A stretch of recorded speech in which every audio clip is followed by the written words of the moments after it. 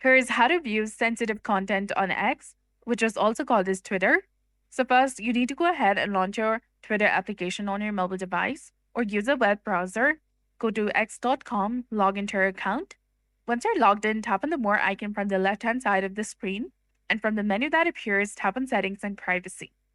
Now, from Settings and Privacy, tap on Privacy and Safety, that is between security and notifications.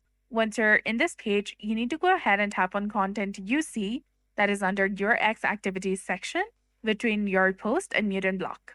From the page that appears, simply check the box next to Display Media that may contain sensitive content.